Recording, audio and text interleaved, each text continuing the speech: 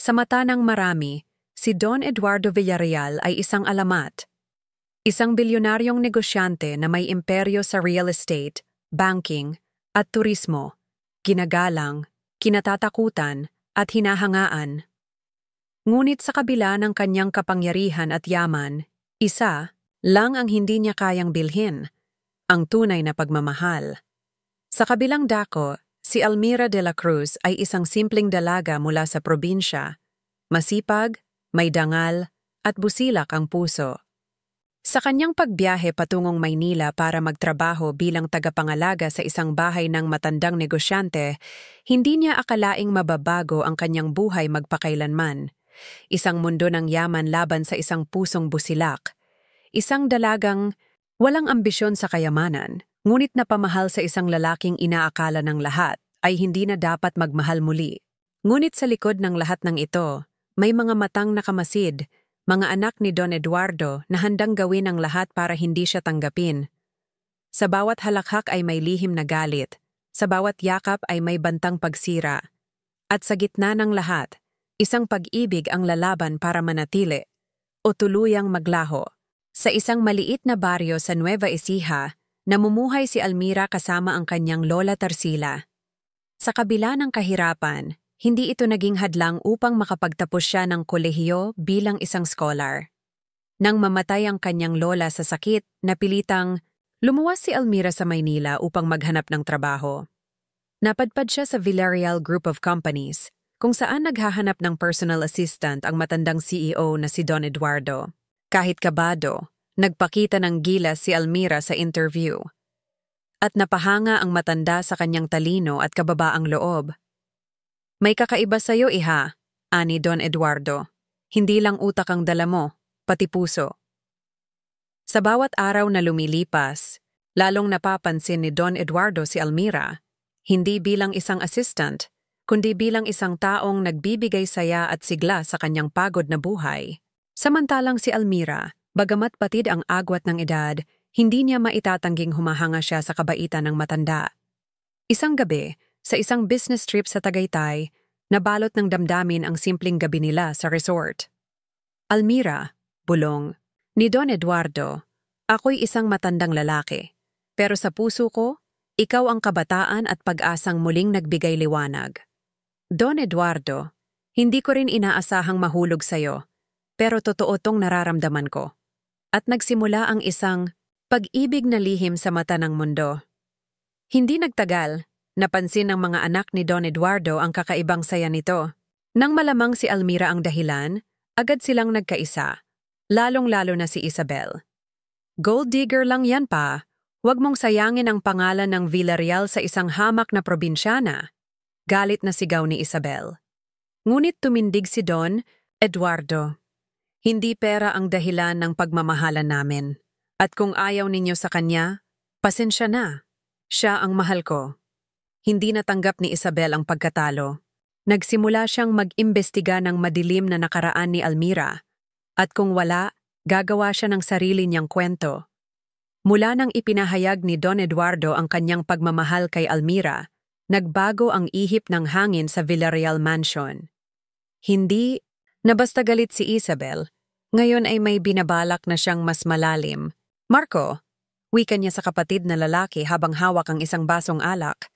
Kung hindi natin pipigilan ang babaeng yon, mawawala sa atin ang lahat. Wala ng mana. Wala ng negosyo.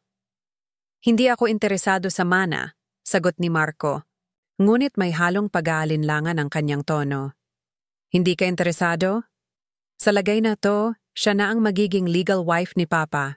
At kung mangyari yon, siya ang may hawak ng lahat? Tahimik si Marco. Pero sa loob-loob niya, may sariling agenda siya. At maaaring may koneksyon ito sa isang lihim na kontrata na pinirmahan ni Don Eduardo isang taon na ang nakalilipas. Samantala, si Almira ay hindi alintana ang paparating na unos. Sa kabila ng panlalamig ng mga anak ni Don Eduardo, sinisikap niyang ipakita ang malasakit at respeto. Isang gabi, inanyayahan ni Isabel si Almira sa isang family dinner. Gusto naming makilala ka bilang bahagi ng pamilya. Ayaw naming may ilihim sa isa't isa. Mapagkunwaring sabi ni Isabel. Natuwa si Almira, umaasang magkakaroon ng pag-asa na maging maayos ang relasyon sa mga anak ni Don Eduardo. Ngunit pagdating sa dinner, alam mo bang may record ang lola mo sa kasong estafa noon? Pasabog ni Isabel habang nasa hapagkainan. Anong ibig mong sabihin? Nanginginig ang boses ni Almira. Ipinakita ni Isabel ang isang dokumento, isang matandang kaso kung saan nadawit ang pangalan ni Lola Tarsila. Hindi ito alam ni Almira. Tumayo siya at tuluyang umalis, puno ng hiya at pagkalito. Ilang araw na hindi makausap ni Don Eduardo, si Almira. Nagkulong ito sa maliit na apartment at pinagsisihan ng lahat. Ngunit dumating si Clarice, ang matalik niyang kaibigan. Almira, hindi ito kasalanan mo. At saka, alam mo bang yung papel na hawak ni Isabel? Peke? Pek? Gulat na sagot ni Almira. Oo, nakita ko ang seal ng korte, mali. Tapos ang kaso outdated at hindi validated. Sinadya ito para siraan ka. Nagliyab ang damdamin ni Almira. Hindi na siya ang dating tahimik na babae. Kailangan niyang lumaban, hindi para sa sarili lang, kundi para sa tunay na pag-ibig. Pagbalik ni Almira sa Villarreal Mansion, hinarap niya si Isabel. Wala akong balak agawin ang pamilya mo, pero huwag mo ring sirain ang pangalan ng taong mahal ko. Ngunit tinawanan lang siya ni Isabel. Almira, kahit anong gawin mo, hindi ka Villarreal. Kahit pakasalan ka ng papa ko, hindi ka namin tatanggapin. Laking gulat ng lahat nang biglang dumating si Don Eduardo. Kung ganon, hayaan niyong ipakita ko sa buong mundo kung gaano ko siya kamahal. At sa mismong harap ng kanyang mga anak, lumuhod si Don Eduardo at inalok si Almira ng kasal. Will you marry me, Almira de la Cruz? Luhang sumagot si Almira. Oo, Don Eduardo. Oo. 2 linggo matapos ang proposal, naging sentro ng atensyon si Almira sa social media, balita, at lipunan. Ang kasal nila ni Don Eduardo Villarreal, isang matanda, makapangyarihan, at mayamang negosyante, ay tila isang alamat sa mata ng publiko. Marami ang humahanga sa kanila, ngunit mas marami ang nagdududa. Isa na rito si Isabel, na sa likod ng kanyang peking ngiti, ay may kasamang malupit na plano. Hindi ka dapat nagkakasal, Almira. Dapat ay umiiyak ka at bigo. Bulong ni Isabel sa sarili habang nakamasid sa isang wedding planner. Dumating ang araw ng kasal, isang engrandeng seremonyang ginanap sa isang eksklusibong simbahan sa Taguig. Si Almira, sa suot niyang eleganteng gown, ay tila diwata. Habang si Don Eduardo, bagamat may edad, ay masaya at malusog ang itsura. Subalit sa backstage, may kahina-hinalang gumagalaw. Siguraduhin mong darating ang babaeng yon, utos ni Isabel sa isang hindi kilalang lalaki. Dumating si Melissa, isang babaeng nagsasabing, siya raw ang dating kasintahan ni Don Eduardo, nabuntis at iniwan, isang kasinungalingang likha ni Isabel upang sirain ang kasal. Ngunit bago pa makapasok si Melissa sa simbahan, hinarang siya ni Clarice, kaibigan ni Almira, kasama ang abogadong si Atiner Reyes. May CCTV kami ng bayad mong pagsisinungaling, Melissa. At kung hindi mo gustong makulong, aalis ka ngayon. Napilitang umatras si Melissa at muling nanatili ang kasal sa tahimik at mapayapang tono. Sa altar, sa gitna ng lahat ng mata, nagkatitigan sina Almira at Don Eduardo. Sa hirap at ginhawa, sa yaman at sakit, ako'y iyo, pangako ni Almira. Hanggang sa huling tibok ng puso ko, ikaw ang pipiliin ko, sagot ni Don Eduardo. Pagkatapos ng kasal, nagtungo ang mag-asawa sa Italy para sa kanilang honeymoon. Masaya, tahimik, at romantiko ang bawat sandali. Ngunit habang naglalakad sila sa Florence, bigla na lamang nahimatay si Don Eduardo. Sa ospital, sinuri siya at nadiskubreng may pancreatic cancer siya. At ito'y nasa stage 2. Bakit ngayon pa, Eduardo? Luha ang tanong ni Almira. Hindi ko rin alam, mahal ko. Pero isang bagay ang tiyak, ayokong iwan kang walang proteksyon. Kinabukasan, ipinaayos ni Don Eduardo ang bagong last will and testament. Ipinangalan kay Almira ang majority shares ng Villarreal Group. Habang abala si Isabel sa paninira, si Marco naman ay tahimik na kumikilos. Hawak niya ang isang lumang kontrata, isang kasunduan kung saan sinabi ni Don Eduardo noon na ibebenta sa kanya ang 40% ng kumpanya, kapalit ng isang kasunduan na hindi kailanman naisakatuparan. Sa mata ni Marco, ito ang magiging alas niya laban sa kanyang ama at kay Almira. Kung hindi mo ako binigyan ng karapatan noon, Papa, ako mismo ang kukuha ng korona mo. Pagbalik ni na Almira at Don Eduardo sa Pilipinas, muling kumulo ang tensyon.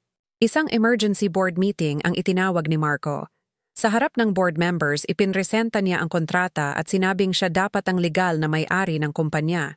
Pero bago siya matapos, tumindig si Almira. Hawak ko ang updated na will at legal transfer ng shares.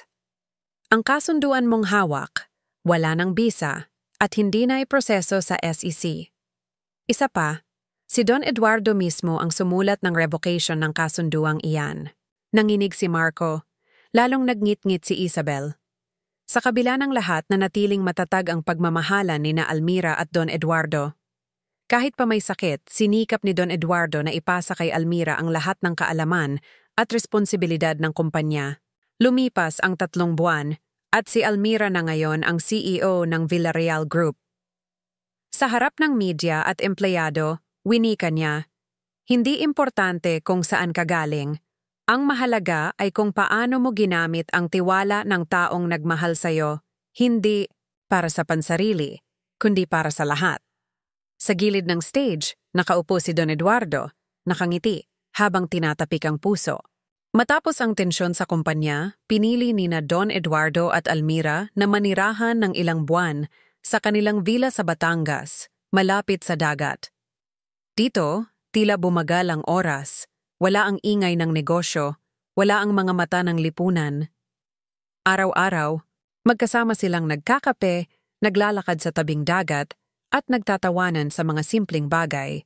Ang tagal kong hinanap ang katahimikang to, Almira, ani Don Eduardo. Ngayon ko lang tunay na naramdaman ang salitang payapa. At ako, Eduardo, ngayon ko lang naramdaman ang salitang ligtas. Subalit ang katahimikan ay hindi magtatagal. Habang tahimik ang buhay ni na Almira, lihim namang bumalik si Isabel mula sa isang business trip sa Hong Kong. Kasama niya ngayon ang isang bagong alyado, si Philip Chan, isang investor at negosyanteng dating kaaway ni Don Eduardo.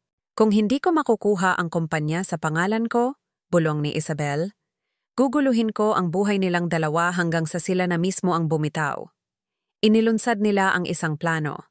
Palaganapin ang fake news na si Almira ay ginamit lang si Don Eduardo upang maipasa sa kanya ang kumpanya at unti-unting iliquidate ito para sa sarili niyang kayamanan. Naglabasan ang mga headline. Young Wife Secret Agenda? Billionaire's Empire at Risk. Dumagsa muli ang media sa Villarreal Group. Kahit si Marco, na ngayoy tila nagsisisi, ay nagulat sa panibagong gulo. Sa halip na matakot, humarap si Almira sa publiko sa isang press conference. Doon niya inilatag ang tunay na financial report ng kumpanya. Walang ni isang sentimo ang inilipat niya sa personal account niya. At sa huling bahagi ng kanyang talumpati, ito ang mga papeles ng donasyon. Ang malaking bahagi ng kita ng kumpanya ngayong taon ay itutungo sa Villarreal Foundation, na magtatayo ng mga paaralan at ospital sa mga liblib na lugar. Tumayo si Don Eduardo sa tabi niya, payat na at naka-wheelchair, ngunit matatag ang boses. Si Almira ang pinakatapat na taong dumating sa buhay ko. At kahit kailan, hindi siya ang sumira sa pamilya ko, kundi ang mga anak kong nabulag sa yaman.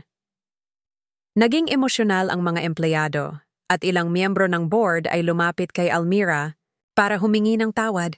1 taon ang lumipas. Namatay si Don Eduardo sa kanyang pagtulog, tahimik, mahimbing, at may ngiti sa labi. Sa kanyang tabi, si Almira na ngayon ay nagdadala ng isang bagong buhay. Isang batang lalaki na ipinangalan niyang Eduardo Jr. Lumipat si Almira sa probinsya upang mamuno sa Villarreal Foundation. Hindi na siya CEO, ngunit siya ang puso ng kumpanya. Si Marco, na nagbagong loob, ang siyang tumayong bagong pinuno. Si Isabel, nakulong matapos mapatunayang kasabwat sa fraud at cyber libel. Isang leksyon na hindi lahat ng nasa dugo mo ay kakampi mo sa puso. Hindi naging madali ang landas ng pag-ibig ni na Almira at Don Eduardo. Sa likod ng bawat halakhak ay may luha. Sa bawat tagumpay ay may sugat. Ngunit sa huli, pinatunayan nilang ang tunay na pagmamahal ay hindi nasusukat sa edad, kayamanan, o dugong pinagmulan, kundi sa katapatan, paninindigan, at sakripisyo. Sa pagkawala ni Don Eduardo, naiwan si Almira hindi bilang isang byuda ng isang bilyonaryo, kundi bilang isang babaeng minahal at nagmahal ng buo. Isang inang may dala ng pag-asa para sa bagong henerasyon, ang batang si Eduardo Jr., bunga ng pag-ibig na minsang pinagdudahan ng mundo. Sa paglipas ng panahon, ang Villarreal Group ay hindi na lang simbolo ng negosyo. Naging tahanan ito ng pagbabagong loob, pagkakaisa, at tunay na malasakit. At sa puso ni Almira, habang siya'y nakatanaw sa abot-tanaw mula sa kanyang simpleng balkonahe, buo ang paniniwala. Minsan sa buhay, dumarating ang pag-ibig sa pinakahindi inaasahang pagkakataon. At kung ito'y totoo, labanan mo man ito o hindi, mananatili ito sa puso mo, magpakailanman. Please like and subscribe for more videos.